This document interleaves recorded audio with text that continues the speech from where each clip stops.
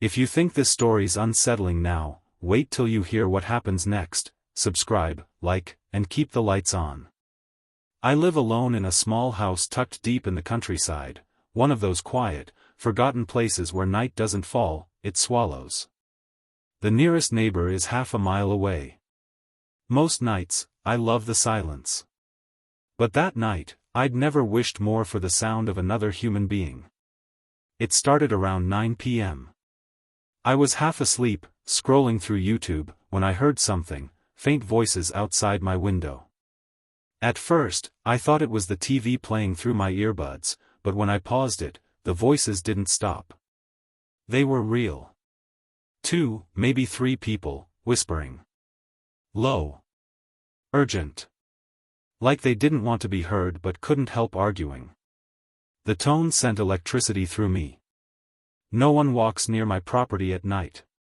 You'd have to want to be here. I got out of bed and approached the window slowly, my bare feet silent on the floorboards. The moment I reached it, the voices stopped. Dead silence. My pulse kicked like a drum. If they went silent, that meant they knew I was there, watching them. I stared out into the pitch-black yard, but all I could see was a thick smear of darkness and my own reflection in the glass. My imagination filled in what my eyes couldn't, 3 faces turned upward toward me, hidden somewhere in that void. I stepped back, breath catching, and forced myself to think rationally. Maybe lost hikers. Maybe hunters. But deep down, I knew better. The whispering had sounded deliberate, organized. I made a slow walk through the house, flicking on each light as I passed the windows, trying to convince myself I was safe. The glow made the glass reflect my own face, no comfort at all. Outside, the dark remained unbroken. After 30 minutes of silence, curiosity won over fear. I unlocked the front door and stepped out onto the porch. The night air was cold enough to sting. Nothing moved except the tall grass swaying under the moon. But still, that feeling. The one where your instincts whisper that you're not alone. It was heavy, thick, pressing on me like the air itself knew something I didn't. I stood there for maybe a minute before my chest tightened. That primal panic you can't explain. It felt like dozens of unseen eyes were fixed on me from the tree line. I turned, hurried inside, and locked the door. The feeling faded, instantly, like stepping out of someone's gaze. It took me a while to calm down. I poured a glass of water, sat in bed, and told myself I was paranoid. But when sleep finally came, it dragged me under hard. The crash jolted me awake, a thunderclap of breaking glass from the back hallway. I leapt out of bed and ran to the door. Shards glittered across the floor where someone had thrown a rock through the window. Then I heard them. The same voices, only now they were shouting. Commands. Orders. Male voices barking from outside, and then slams against the front door so hard the walls trembled. Another crash. A second window breaking. My chest locked up with fear. I sprinted back to the bedroom, slammed the door, and grabbed my phone. I barely managed to tell the dispatcher my address before I heard the wood splinter downstairs. The front door had been kicked open. Footsteps rushed through the house. Heavy. Dozens of them. Some of the men laughed, the sound twisting my blood cold. The operator said police were minutes away, but it felt like I didn't have seconds. I threw the window open. The roof outside was sloped and slick, but it was my only escape. I crawled through, heart hammering, and pressed myself flat against the shingles. Then came the sound I'll never forget, the bedroom door slamming open. Voices filled the room below me. He's here somewhere. They were looking for me.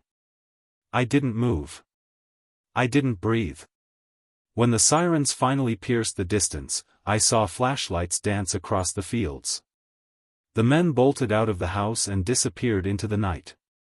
By the time the officers helped me down, the house was destroyed, windows shattered, furniture overturned, but nothing was missing. Nothing was stolen.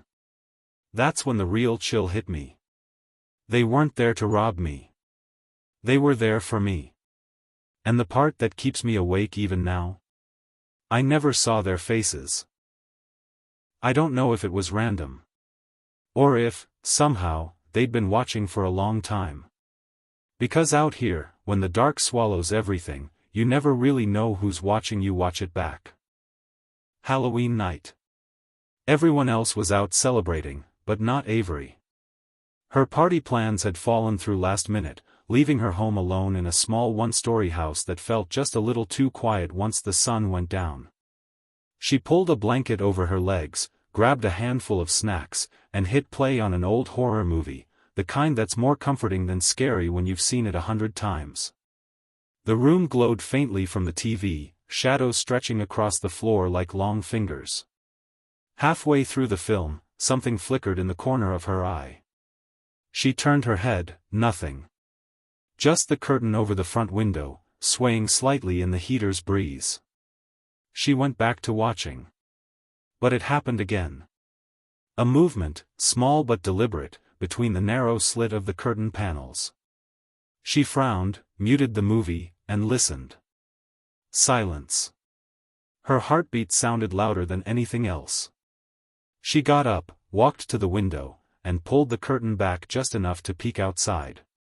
Under the orange glow of a streetlight stood a man. He wasn't right up against the glass, but not far, just out in the middle of the street. He looked like he'd stumbled out of a party, dressed in dark clothes that might have been a costume. His head swayed slightly, steps uneven. Probably drunk, she thought. Maybe just walking home. Relieved, she let the curtain fall and returned to her couch. But then the knock came. Not loud. Just 3 slow, even raps at the door. Avery froze. The air felt heavier suddenly. Her brain replayed the image of that man outside, his strange movements, the way he'd wandered back and forth across the street. She waited, hoping he'd just move on. Another knock. Louder this time. Cautiously, she crept to the door and looked through the peephole. The man was there. But he wasn't swaying anymore. He stood perfectly still, facing the door. His eyes, wide, unblinking, were locked on the handle, as if waiting for it to turn. The man didn't move. Didn't speak. Just stood there, breathing faintly, shoulders rising and falling in rhythm with the sound of her pulse. Avery backed away from the door, feeling the kind of silence that doesn't calm you, it traps you. After nearly a minute, he turned and walked away down the street. No stumble. No drunken wobble. Just smooth, steady steps. She exhaled, shakily, convincing herself it was over. Hours passed. The wine helped her relax, and she tried to forget it happened. But sometime after 2 a.m., as she scrolled through her phone, a new sound joined the hum of the quiet house, a tapping. Faint, rhythmic, coming from the far side of the house. She muted the TV and stood. Tap. Tap. Tap. It wasn't random. Someone was doing it deliberately, like they wanted her to come check. Each step she took through the hallway made her heart pound harder. The tapping grew clearer as she reached the family room. She followed the sound to the wide back window and froze. A tall shadow stood just behind the glass. The shape of a man, motionless except for one hand, slowly tapping the windowpane with something metallic. The porch light was off, so she couldn't see his face, just that hollow silhouette, framed in darkness. Her body moved before her brain did. She sprinted for the phone, heart pounding, and dialed 911. The tapping continued, steady, patient. The dispatcher asked for details, but Avery could barely breathe. She whispered what she saw, voice shaking, eyes locked on the hall. The tapping stopped. For a long second, the world went silent again. Then, one slow shift of shadow outside, as if whoever it was had realized they'd been caught. When police arrived, the man was gone. Vanished into the night. Officers checked the property and the street but found nothing, not even footprints. 2 weeks later, Avery got a call from a friend a few blocks away.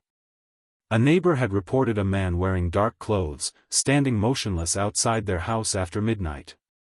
He'd tapped on their window, too. Then disappeared before police could arrive. No one ever found him. No one knew what he wanted.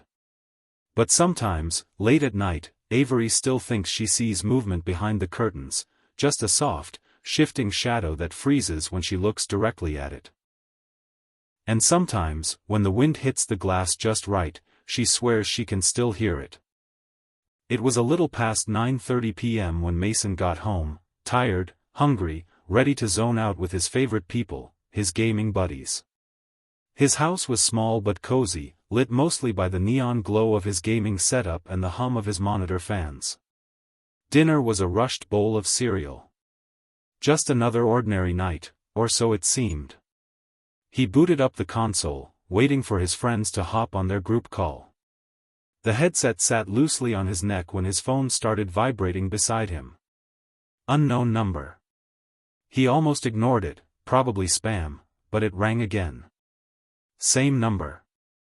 Then again. 3 times in a row. That was strange. Scam callers rarely redial instantly. Mason stared at the screen, thumb hovering. Curiosity won. He answered, but said nothing.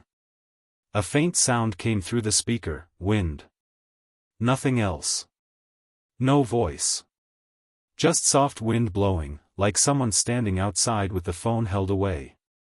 "Hello?" he said finally. No reply. He hung up. Minutes later, the same number called again. Mason declined it this time. When his friends finally got online, he told them about it.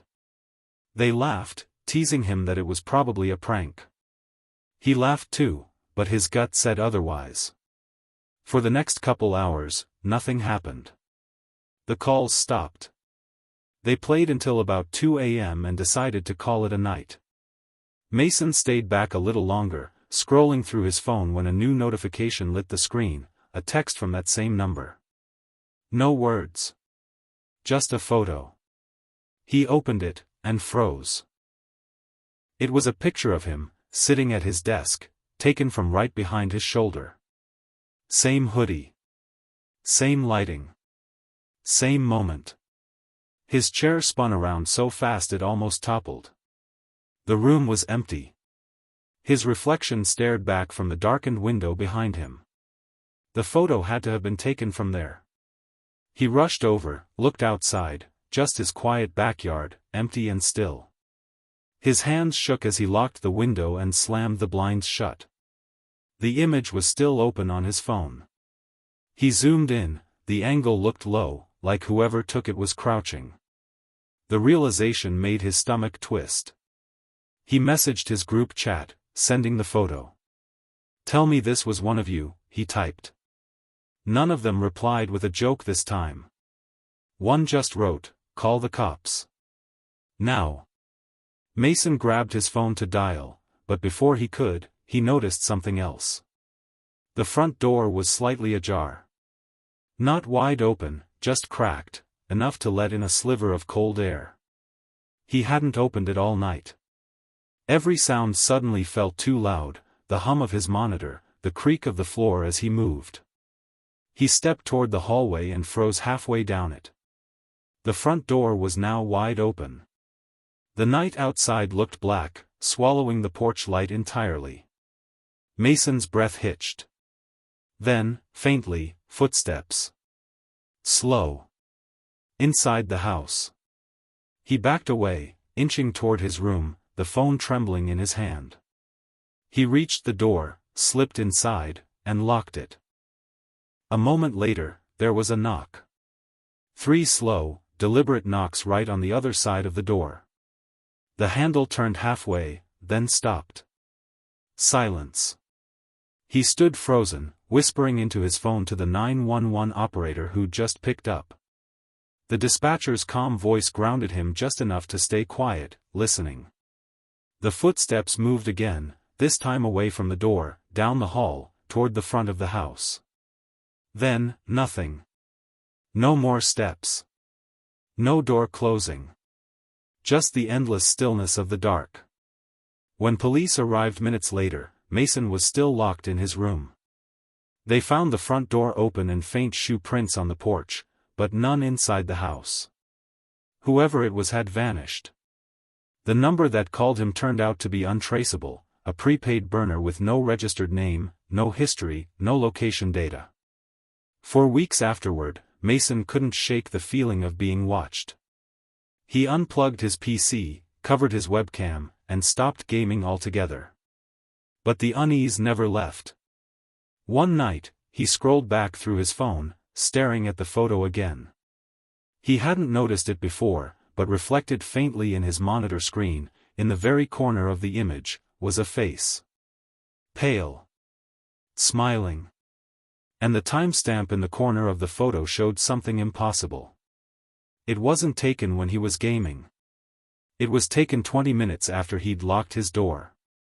If you think this story was intense, you're not ready for what's next. Subscribe before the next call comes from behind you.